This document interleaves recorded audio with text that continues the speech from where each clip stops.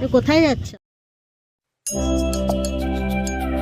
Hello everyone, welcome to my channel let's go with Madhumita. দেখো এখানে কথাটা শোনা যাচ্ছে না বলে আমি বললাম আলাদা করে। দেখো আমরা তিনজন রেডি হয়ে বেরিয়ে পড়েছি, আমার মাম্মা ঘুমিয়ে পড়েছে।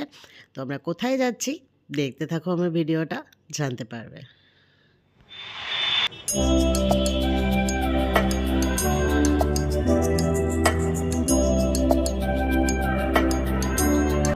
ঘুরতে যাচ্ছ?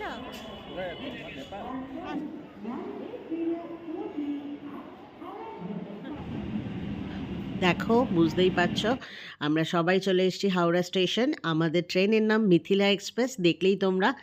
তো এই আমরা কোথায় যাচ্ছি এই ট্রেনে করে দেখতে হলে আমার ভিডিওটা পুরোটা কিন্তু দেখতে হবে।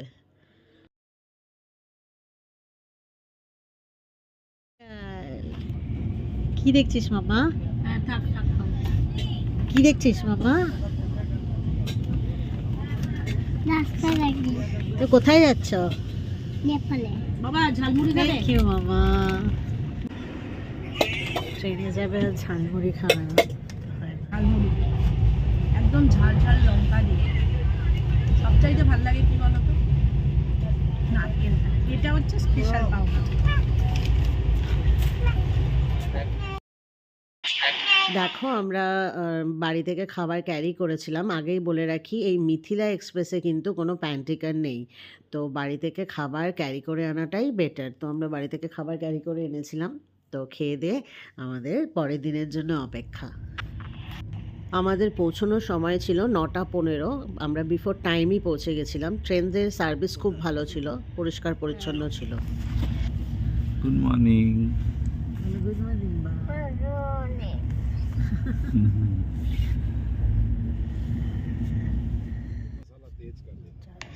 এই মিথিলা এক্সপ্রেস সম্পর্কে কিছু কথা তোমাদের বলে রাখি। এই মিথিলা এক্সপ্রেস কিন্তু ছাড়বে হাওড়া থেকে, আর ছাড়বার সময় হচ্ছে 3:50।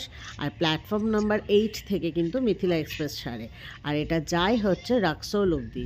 তো রাক্সোল হচ্ছে বিহারে। তো আমরা দেখো প্রায় সকালবেলা পৌঁছে গেছি এখন। জাস্ট রাক্সোল ঢুকবো এই সময়। তো একটু চা খেয়ে নিলাম। মাম্মাও উঠে গেছে। তো মাম্মা খেয়ে নিয়েছে গুড গার্লের মতো, ব্রাশও করে ফেলেছে সকালবেলা, ফ্রেশ হয়ে গেছে। ঠোঁটে একটু লিপিও লাগিয়েছে, ঠান্ডায় ঠোঁট ফাটতে শুরু করে দিয়েছে। রাজেশ রেডি। এখন আমরা নামবো, আমাদের স্টেশন প্রায় আর 5-10 মিনিটের মধ্যে আমরা পৌঁছে যাব। ফ্রেশ হয়ে নিয়েছি, ব্রাচি রাখসাও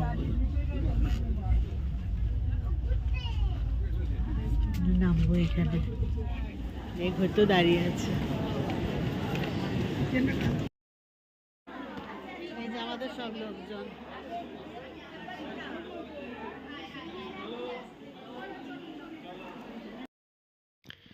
দেখো আমরা রক্সল পৌঁছে গেছি, নেমে গেছি। কিন্তু নেমেই যে সমস্যাটা প্রথম সম্মুখীন হলাম সেটা হচ্ছে এই ওভারব্রিজ। এখানে কিন্তু কোনো রকম লিফট নেই, এই ব্রিজে করেই আমাদের বাইরে বেরোতে হবে। এবং বয়স্ক মানুষদের জন্য এটা খুবই কষ্ট। সামনে 2-1 বছরের মধ্যে লিফটের কাজ হয়তো হয়ে যাবে। তবে এটা একটা খুব প্রবলেমে আমরা ফেস করেছিলাম। আমরা কুলি নিয়ে নিয়েছিলাম, আর সবাই আস্তে আস্তে সিঁড়ি দিয়েই নামতে হয়েছিল।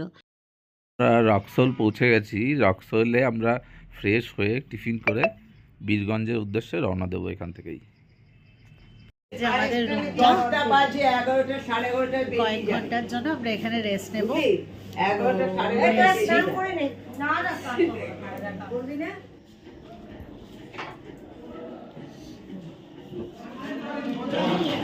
মামা খাচ্ছে, ভালো মামা, ভালো রাজে। দেখো আমাদের খাওয়া দাওয়া তো হয়ে গেছে, লুচি, ছোলার ডাল, মিষ্টি। তো আমরা যে ট্রাভেলারের সাথে এসেছি গৌতম কাকু, এখন আমাদের মানে নিয়ে যাবে হচ্ছে বীরগঞ্জ। তো ওখানে গিয়ে ভেরিফিকেশান হবে আমাদের সব ভোটার কার্ড, আধার কার্ড এগুলো। তো আমাদের এই জার্নিটার জন্য বাসে খাওয়ার জন্য এত কিছু খাবার দিয়েছে। দেখো এই দেখো, দেখো আমাদের বাস চলে এসছে। আমার গলা ভেঙে গেছে ঠান্ডাতে। তো আমরা এখন যাচ্ছি হচ্ছে বীরগঞ্জ। তো দেখতে থাকো। রাস্তায় এরকম কারেন্সি এক্সচেঞ্জ করার দোকান। এখনও কিন্তু আমরা বিহারের মধ্যেই আছি, এখানেও প্রচুর রয়েছে। আগেই বলে রাখি, ডকুমেন্টের মধ্যে কিন্তু আধার কার্ডটা লাগছে। তো আধার কার্ড দেখিয়ে আমাদের ভেরিফিকেশন হয়ে যাওয়ার পর আমরা বীরগঞ্জে প্রবেশ করলাম এবং সেখান থেকেই নেপাল শুরু। এই দেখো সামনে এটা নেপাল গেট। দেখো আমাদের এখানে সিম নেওয়া চলছে, তো সিমের ডিটেলসটা আমি পুরোটা পরে বলছি। এরকম নিউ গুপ্তা ট্যুর অ্যান্ড ট্রাভেলসের মতো অনেক ট্রাভেল গ্রুপ রয়েছে সেখানে, বা দোকান রয়েছে যেখান থেকে তোমরা কারেন্সি এক্সচেঞ্জ করতে পারবে। তো আমরা প্রায় 5,000 টাকায় 8,000 টাকা পেয়েছি। আমাদের এখন আমরা বাসে উঠলাম।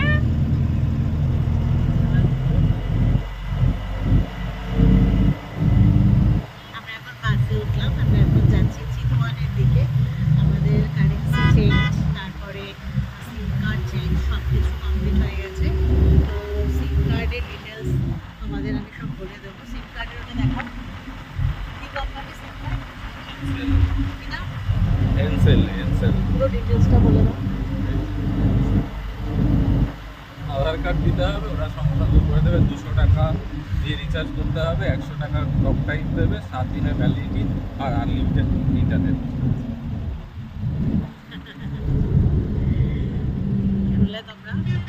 আর কারেন্সিটাও বলে দিলাম, 5,000 টাকায় আমরা পেয়েছি 8,000 টাকা।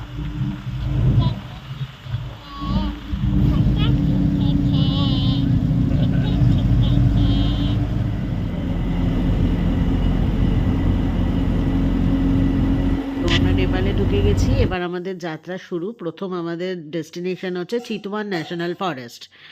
তো প্রায় আমরা 5 ঘন্টার মতো জার্নি করে পৌঁছে গেছি চিতওয়ানে। হোটেল রয়্যাল সাফারি আমাদের থাকার জায়গা।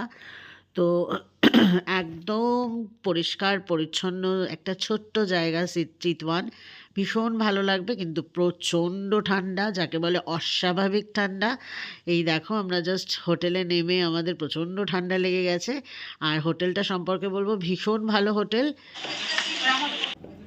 এখানে আরেকটা কথা বলে দিই, নেপালে entry exit per head 200, 400 plus পুলিশকে 100 টাকা দিতে হয়। মোটমাট পার হেড 500 টাকা ইন্ডিয়ান কারেন্সিতে দিতে হবে।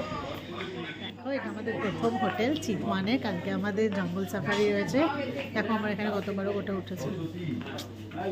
এখন বাজে 7:30 আমাদের টাইমে, মানে নেপালের টাইমে, আর ইন্ডিয়াতে বাজে 7টা। তো এই হোটেল, এই যে সোনামা, মামা ঘুমিয়ে পড়েছে, তুলে দেবো এখন। সবাই গল্প করছে। ঠান্ডা বিদেশ থেকে। দেখো এই হোটেলে একটা সুইমিং পুলও আছে, কিন্তু যদিও ঠান্ডা আমরা তো আর নামবো না। বাট খুব সুন্দর লাগছে রাতের বেলা। আমাদের ব্যালকনি থেকেও দেখা যাচ্ছে। বার আছে,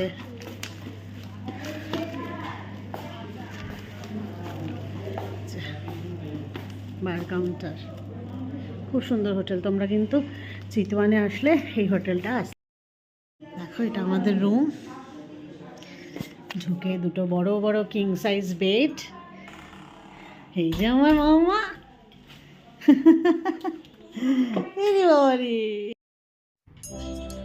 এই পর্বে এইটুকুই থাকলো। পরবর্তী পর্বে চিতওয়ান ন্যাশনাল পার্কে সাফারির অভিজ্ঞতা আর পরবর্তী নেপাল ভ্রমণের অভিজ্ঞতা থাকবে।